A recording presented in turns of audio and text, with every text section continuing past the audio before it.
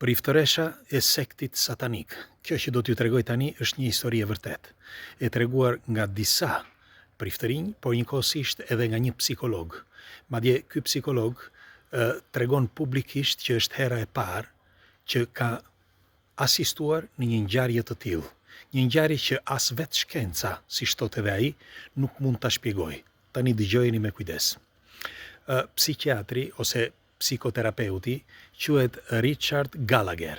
Padyshim shumë prej jush e kanë parë sepse është një figurë jashtëzakonisht e njohur në Amerikë dhe ka bërë me mira intervista.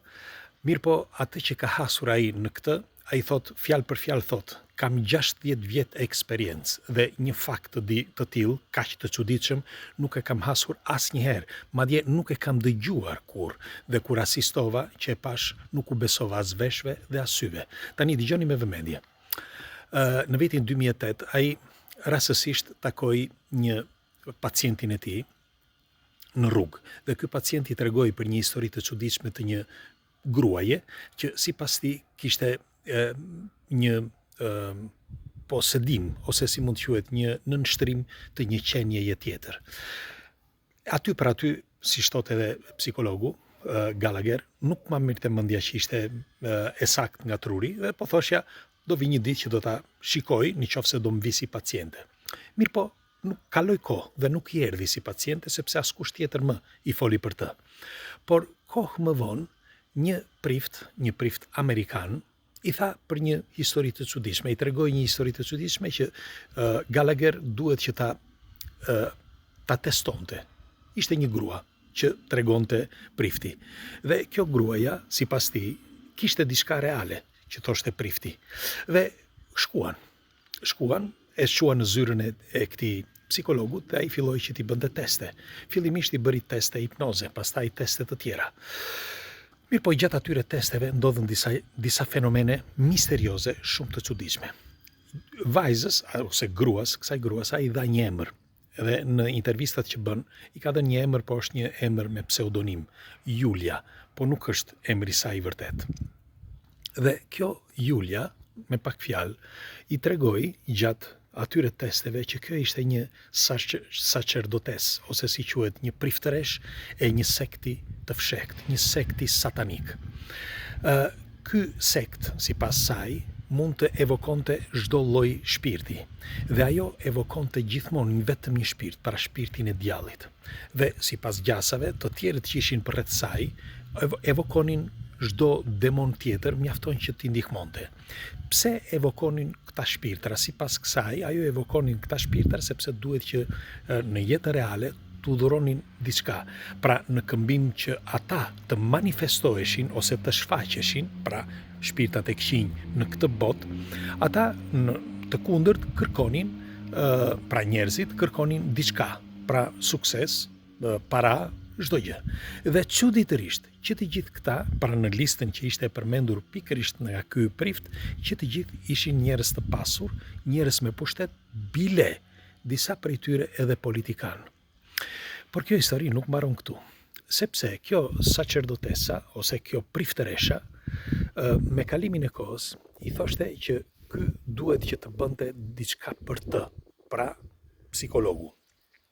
Dhe ju thash që në fillim e fillova pikërisht kështu që psikologu nuk di të jap një shpjegim këtyre fenomeneve, dhe si përfundim, kjo pra i thoshte për shembull, të pëlqeu mbrëm me ato macet që të dërgova, sepse macet përveç se u zun me njëra tjetrën në mes të natën, ky flinte me gruan e tij dhe macet hipën mbi krevat dhe filluan që të silleshin të acarruara. Pra, jo vetëm mes njëra tjetër, por edhe me këta. Unë herës tjetër do t'i çoj, i tha jo, do t'i çoj, tha, që ata që macet të qerin, por ki kujdes, sepse do të verbojnë, sepse unë do t'i them që të verbojnë me thonjë. Ju e dini që macet zakonisht kur shkojnë dhe acarojnë me dikë, kërkojnë që ta verbojnë, qoftë kafsh apo qoftë edhe njëri. Pra, i hidhen për ta verbuar, sepse duke mos parë më nga sytë ti, nuk mundesh që ta shikosh se ku kalon ajo dhe çfarë bën. Dhe nuk mbaron këtu. Sepse me kalimin e kohës ajo i thoshte dhe për gjëra tjera, ai nuk donte që të bënte një pakt. Ai aty për aty tha se për mua tham jam njeri si thotë, jam njeri i shkencës. Nuk e mendoja kur me këto budallëqe.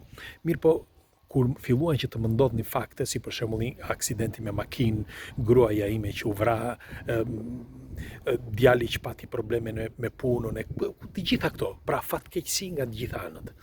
Dhe si përfundim tha, unë nuk pranova asnjë lloj pakti me të, sepse po të pranoja paktin, e dija edhe pse nuk besoja, po e dija që do të ndodhte diçka.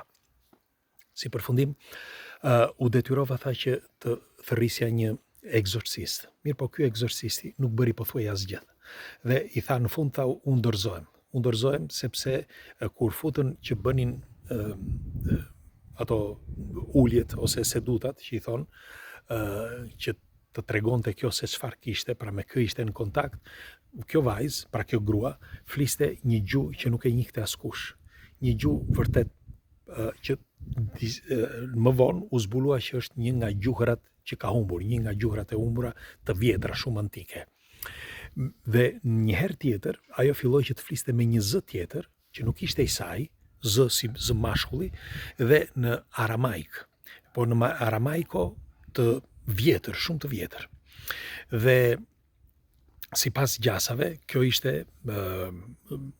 është gjuha që përdor djalli, si thuhet. Dhe zëri sipas tyre ishte ky. Nuk është fantazi, ai tregon së bashku me dëshmimtar të tjerë që kanë qenë prezent në atë kohë. Pra në teste të dokumentuara, që të gjitha. Dhe kështu që ai u detyroi që të merrte një egzorcist nga Roma. Mirë po nuk mundeshin që të shkonin nga Roma, sepse ata dy egzorcist që ishin atëherë ishin të moshuar, njëri nga këta ishte Amoth,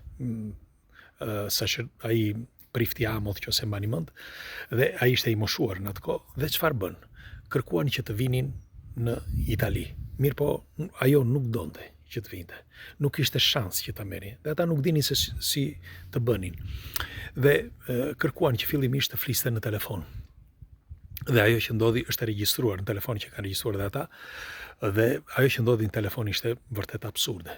I thoshte disa fjalë që ai vetëm ai i dinte, fjalë, disa gjëra personale me zë mashkulli dhe i regjistruar zëri që i thoshte këtij priftit Amoth që çfarë kishte bërë me një nga prifreshat kur ishte i ri, ose kur bëri disa seduta spiritike të spiritizmit herë të tjera, më falni por e kam në italisht në tru edhe bëj dhe lapsus, dhe po thosha në disa raste, disa gabime që kishte bërë dhe disa aksidente që kishin ndodhur gjatë jetës së tij, pra të priftit Amos, duke bërë këto testet, dhe në fund fare, pra testet me njerëz që thoshin që ishin të poseduar nga demon. Dhe në fund fare, ajo i tha fjalët më të këqija në telefon, sepse është e regjistruar siç ju thash, të qelbura me zë burri, zë mashkulli, dhe në fund fare u shkëput linja dhe nuk ishte më shans që të flisnin. Mirë po në disa hipnoza të tjera që bëri, regresive, kur i bënte ky psikiatri kësaj, ndodhi një fakt tjetër akoma më i çuditshëm, sepse ajo gjatë momentit që bënte këto hipnozën, i thoshte një zë, i thoshte këtij, çfarë do që të them? Më thuaj, çfarë do të them? Dhe i thoshte psikologut për disa gabime që ishte bërë në jetë. Nuk dua që ti përsëris tani, por gabime që ti je kështu, ti je ashtu, pse kërkon tani që të heqesh këtë nga trupi im etj etj. Dhe e bukur është që kur një sacerdot, një prift, pra tjetër, një egzorcist që kishte qenë edhe dikur kishte qenë shaman, i tha që të bënin një ulje tjetër, pra të gjithë bashkë të uleshin në një vend që ta vinin në mes gruan dhe të bënin ritin. Sepse vetëm në këtë mënyrë, duke folur mes njëri tjetrit, duke bërë një rit, duke kënduar ritin, kjo qenia do zhdukej. E çuditshme e kësaj historie që përpara se ata të shkonin që të bënin ritin, që të gjithëve u erdhi një mesazh në telefon. Nuk është një fantazi, të gjithë e vërtetojnë këtë. Dhe mesazhi thoshte tek njëri, thoshte lëreni rehat. Mos më prekni, thoshte tjetri. Kujdes me atë që po bën, i thoshte tjetri. Pra në çdo telefon të çdo njerit erdhi një mesazh i çuditshëm të secilit, sikur brenda saj të ishte jo vetëm demon, por vetë djalli. Dhe kur shkuan që bën këtë uljen, si përfundim ajo bëri mira zëra të tjerë, mira forma, u bë ujë në djerë, u lërinte, dhe në një moment kur duke që ishte e lirë, i tha psikologut, duke qarë, të lutem, Mr. Richard, më ndihmo, shpëtom. Këto ishin të vetmet fjalë, thot ai, që tha, tani, se çfarë ndodhi me të, nëse ajo vdiq, apo jeton akoma, apo ku ta di unë, askush nuk e di, sepse vetë Richard nuk e thot, pra Gallagher. Por jo vetëm ai, por edhe të tjerët të shmimtarë nuk dinë se çfarë fundi pati kjo grua, nëse ekziston ose jo. Por ajo që u zbulua më vonë, ishte fakti që kjo ishte një priftëresh e sektit, një sektit të fshetë. Kush ishte ky sekt i fshekt? Dhe çfarë bëjnë këta sekt i fshekt gjatë këtyre riteve? Pra, kjo është historia që tregon të dokumentuar, që tregon një nga psikologët më të famshëm, Richard Gallagher. Ju çfarë mendimi keni për një situatë tillë? Mundet që të futen në shpirtin e njeriut ose në trurin e njeriut dhe ta posedojnë atë, dhe të mund të njeriu të flasë gjuhë të tjera, si ishte mundur që flet gjuhë të tjera, si ishte mundur që të flasë me zë tjetër. Dhe ku i din këta njerëz se çfarë ka bërë ai tjetri në jetë, që i thot disa gjëra që vetëm ai janë shumë personale që i di. Pres komentet tuaja. Ditë mbar.